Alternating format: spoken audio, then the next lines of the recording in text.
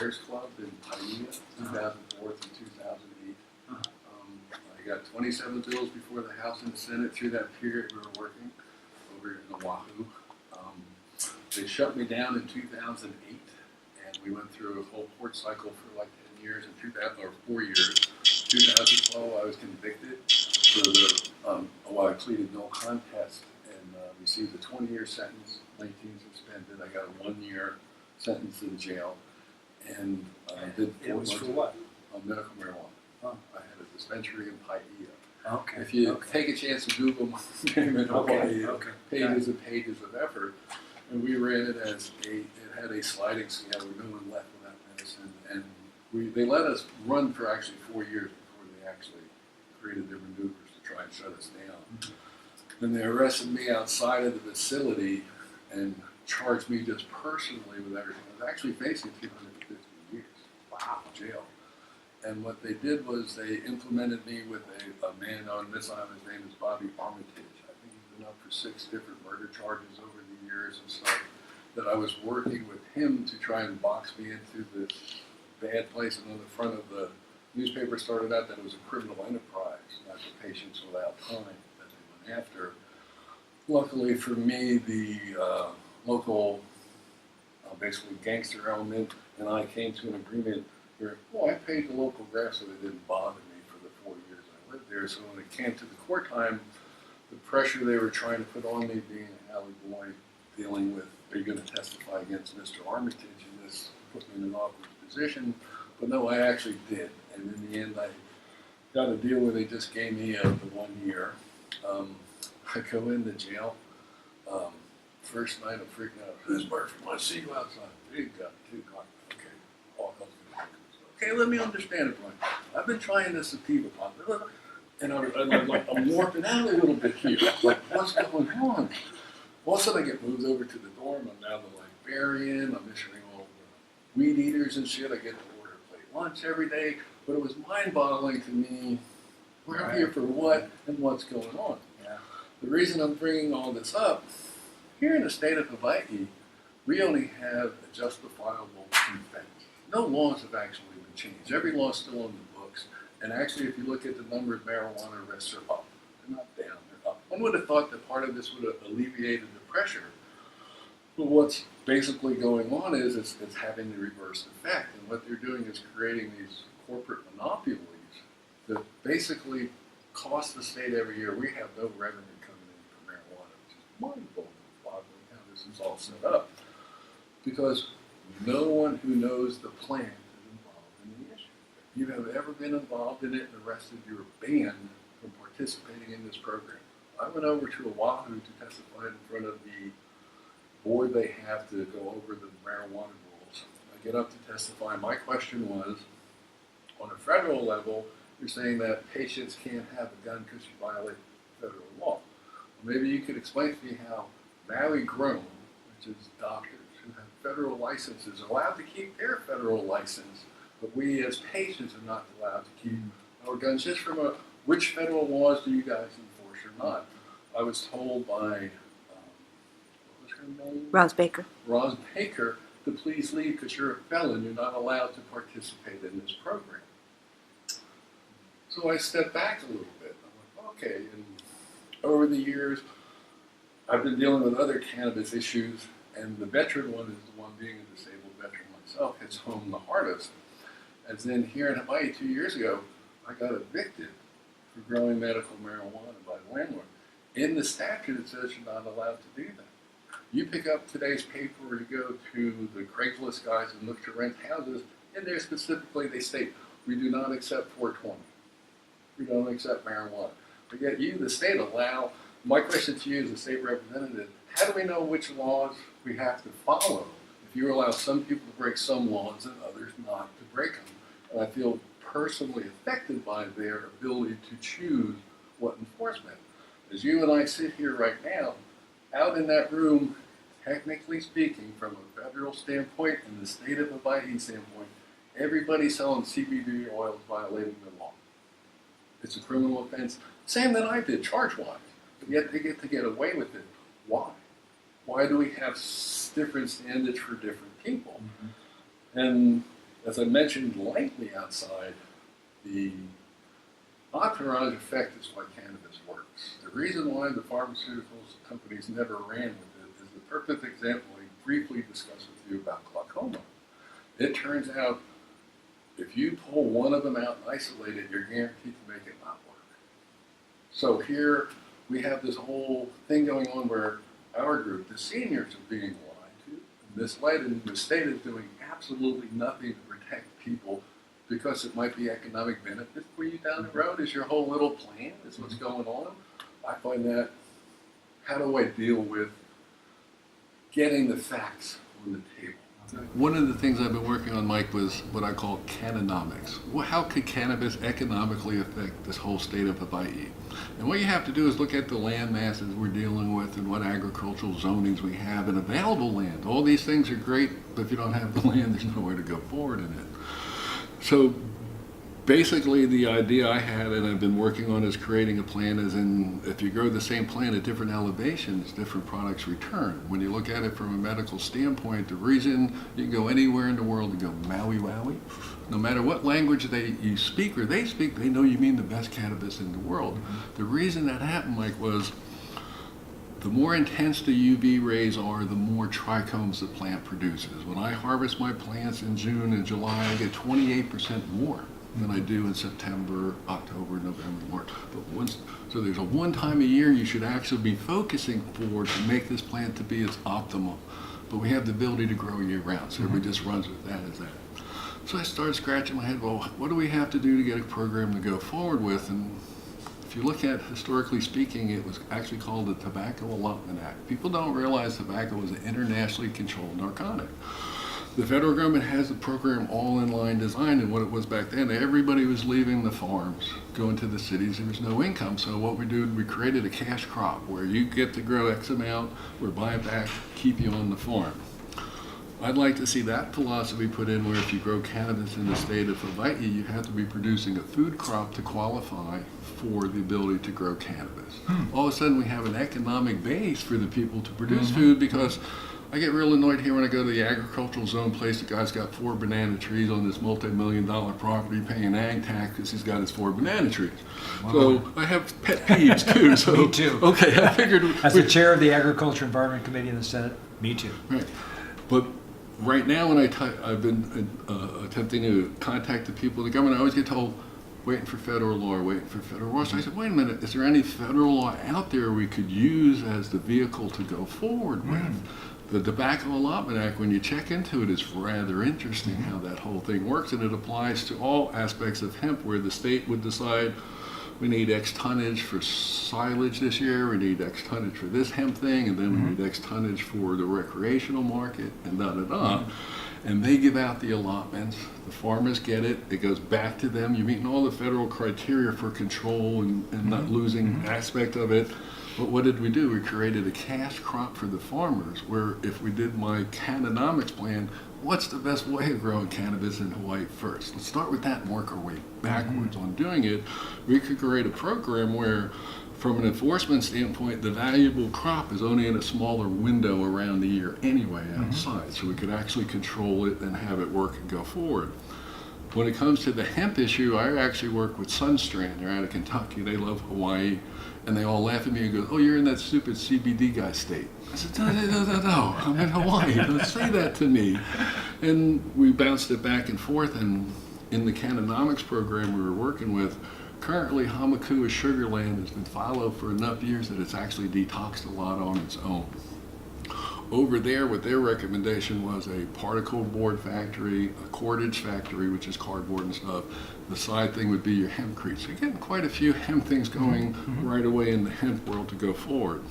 As I'm sure you've probably learned, the hemp seed thing's a little more difficult to pull off here, but people don't want to hear that, which again gives me step back a lot of times, like, just because you want something to be something doesn't mean you can actually get the best results. So what I've been working on is trying to create a program to interact with the state to create a program that benefits everybody, not one of the select groups.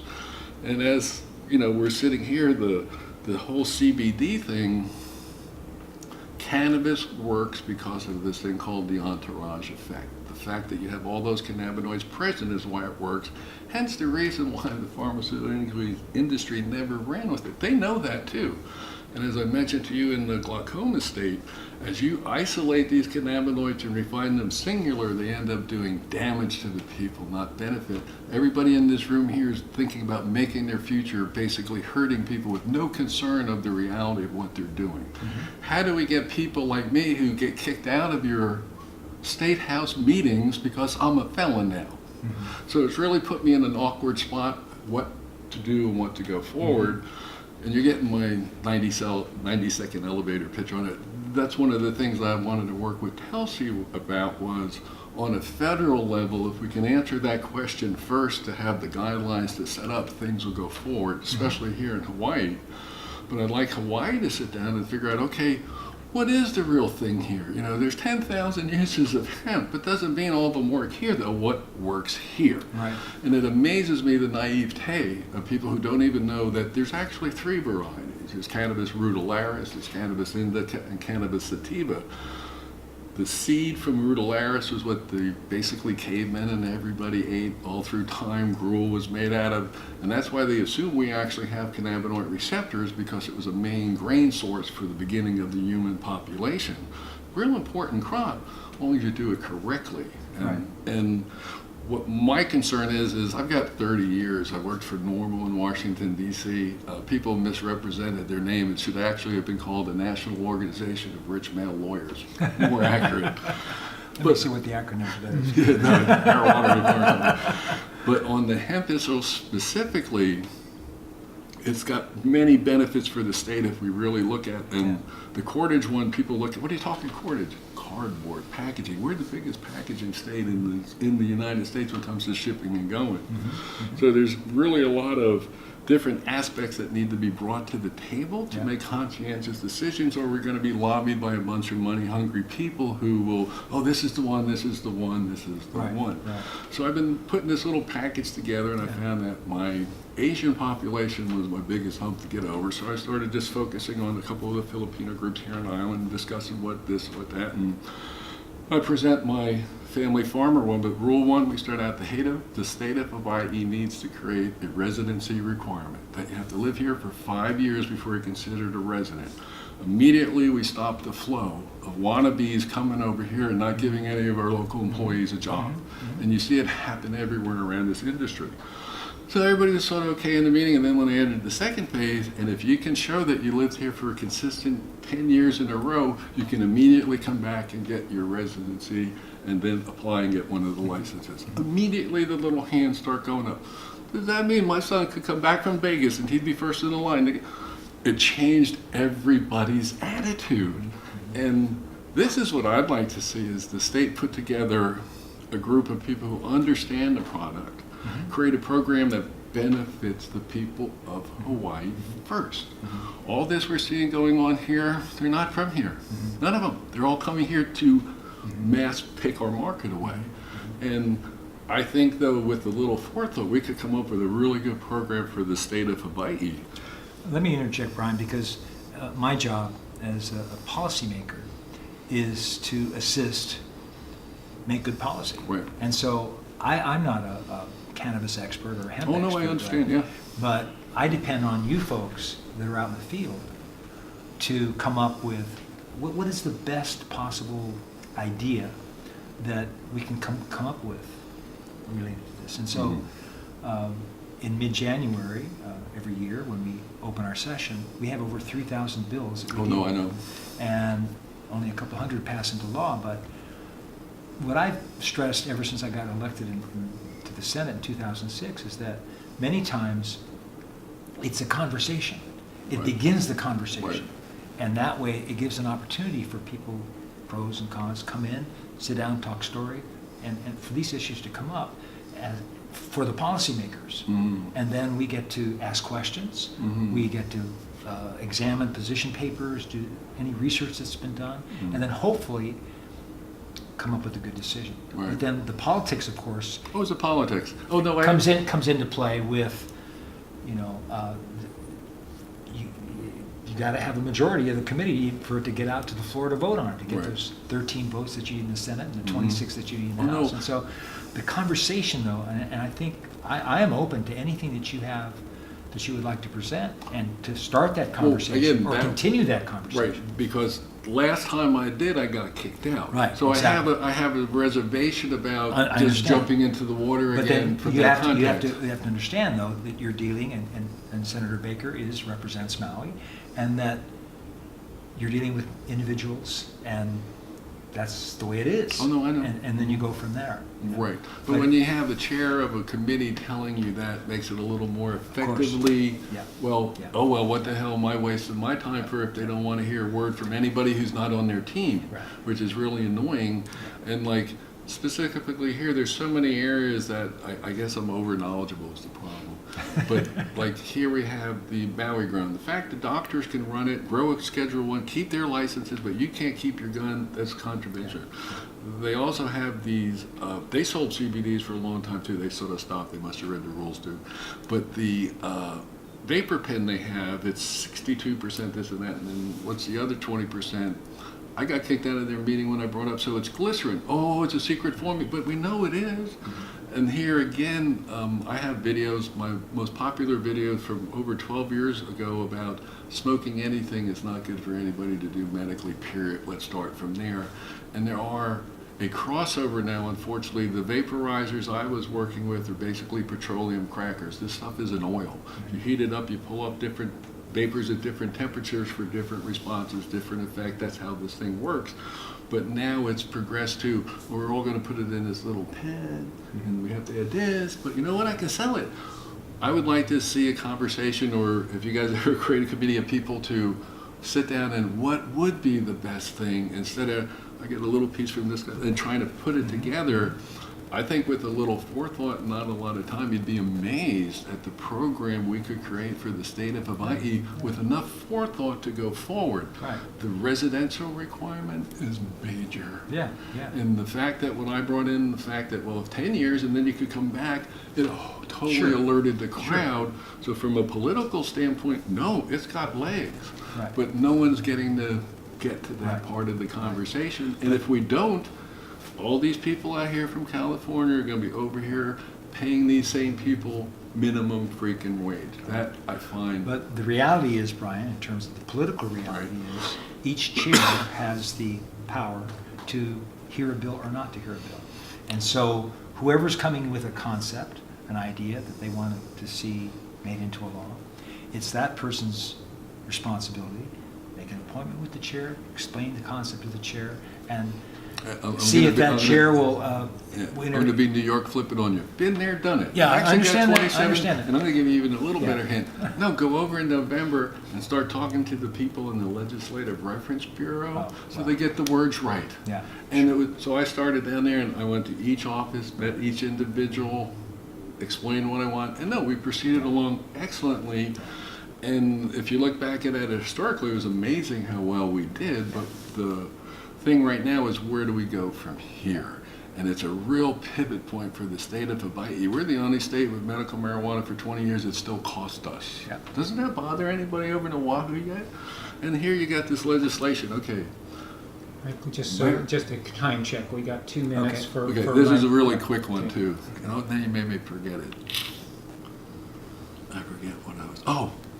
So here we're jockeying because the tourists are coming soon, Our legislation states that we're not allowed to smoke anywhere in public.